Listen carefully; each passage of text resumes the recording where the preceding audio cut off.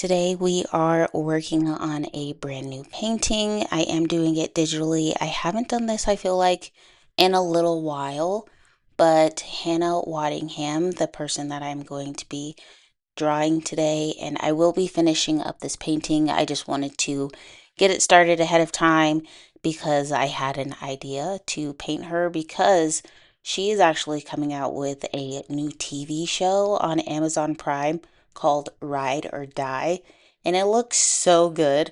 Now, I really liked Hannah Waddingham in Ted Lasso. That was one of the first places that I remember seeing her, but now I'm going back and looking at all of her movies because she's done quite a few actually. So I've never fully watched Game of Thrones. Don't judge. I've only watched one episode. Me and my husband tried to watch it a couple of times and it wasn't entirely for us, but we did start to watch House of Dragons and that one is really good. So since we've watched that one, I think we'll be able to watch Game of Thrones now. But back to what I was getting at, Hannah has done so many movies, or movies and shows. So she's been in Ted Lasso, Game of Thrones, The Fall Guy. That one has Ryan Gosling in it. She's also in Hocus Pocus 2, which my girls really love Hocus Pocus 2, and the first one, of course. But she is in that one. Ride or Die, like I said. She's also in the Garfield movie, the animated one, and I don't know exactly who she is for that character, but we enjoy that movie. She's also in Lilo and Stitch, Smurfs, Hustle. Their list goes on, and I absolutely love all of those movies. She is a great actress. When she enters a room, I feel like, especially in Ted Lasso, she just commands attention.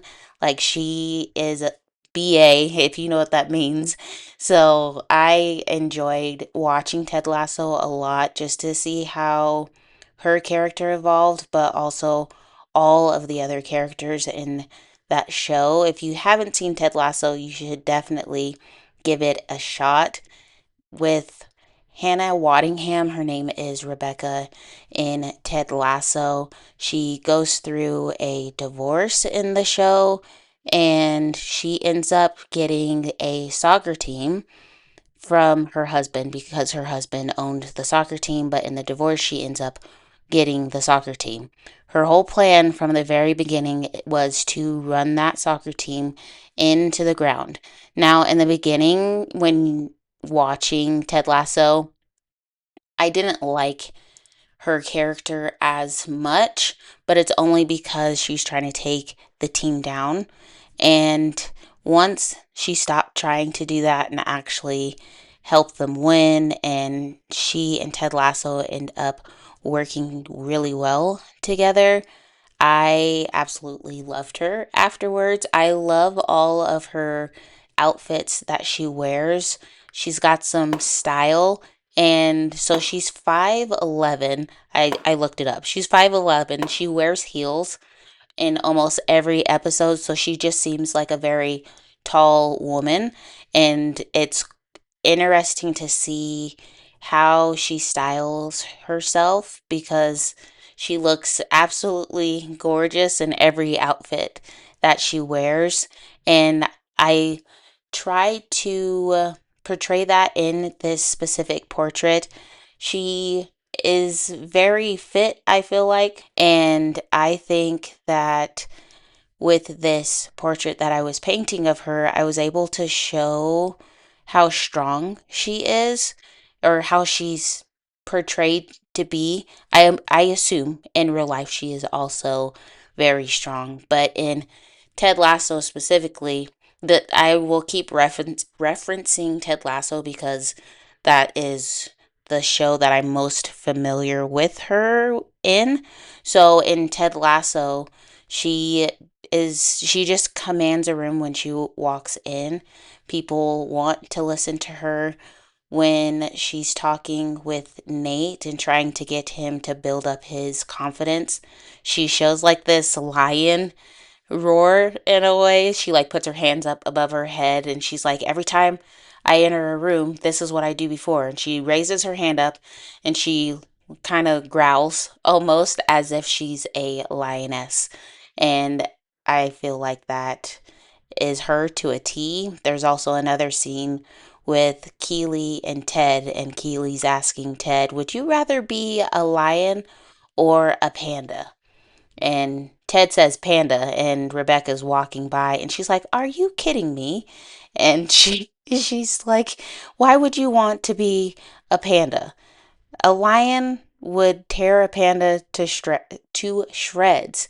And so she's just strong, and she definitely has her own opinions. But as the show goes on, she ends up uplifting other characters in the show. They help her out and she helps them out. They really just become a really big, happy family in the end. And I enjoyed watching Ted Lasso because it's like a feel good TV show. I did spoil some of it if you haven't seen Ted Lasso before, but I promise you it is worth the watch.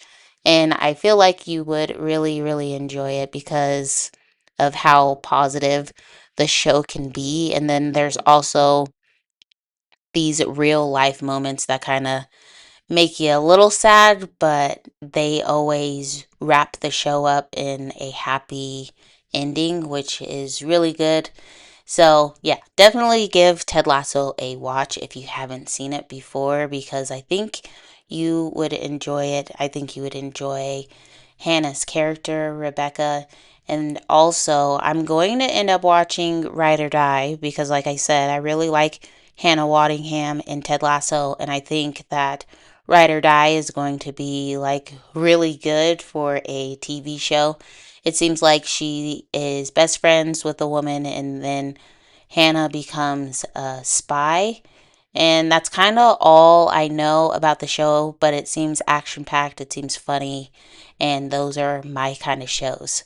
So let's get to this painting because I feel like I've been yapping quite a bit. But I started this painting a few days ago and I wanted to wrap it up with you guys. So I ended up recording the last bits of the painting just to show a little bit of my process.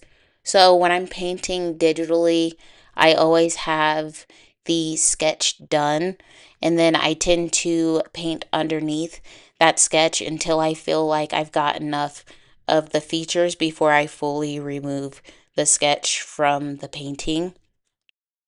And sometimes, especially like with this painting, I had to readjust like where her eyes were, but mainly her mouth because I felt like her mouth was protruding too much. So I adjusted her face just a little bit. My I showed my husband this exact scene right here, this picture, and he's like, "You got to warn people before you just show them a picture with somebody that doesn't have an eye." I was like, "Yeah, yeah, you're right, you're right."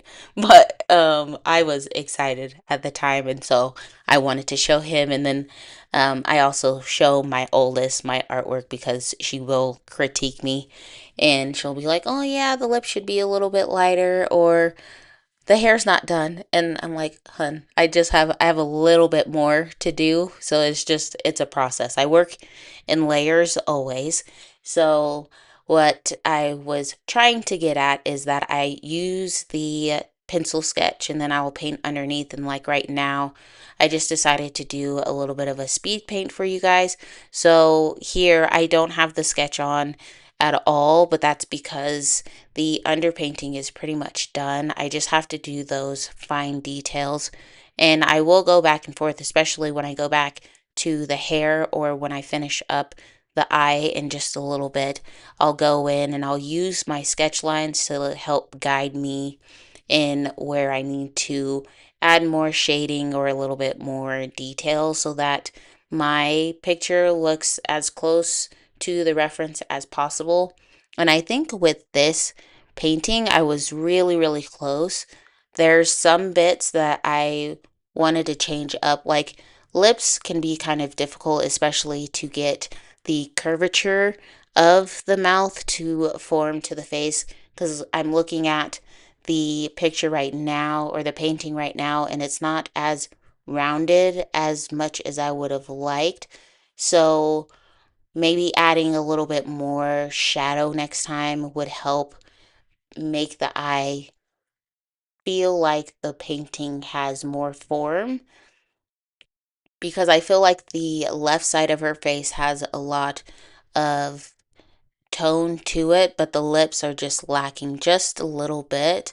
So for my next painting, that's something that I will challenge myself on, to make sure that I've got the form of the mouth correctly.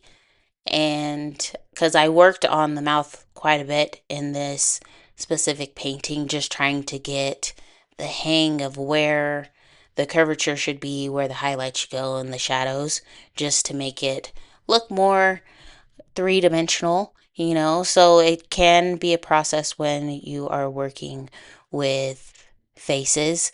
And it's so funny because every time I show my husband a portrait that I've done, he's like, oh gosh, faces are so hard. I was like, I know, why did I pick to do faces? But I really enjoy painting faces because I'm able to show expression with those faces, not only how that person looks, but how I'm painting their face. And so I'm actually using a different brush for this painting, one that I haven't used before, but I do enjoy this brush. When I have a second, I'll put it up on screen in case you would also like to use the same brush.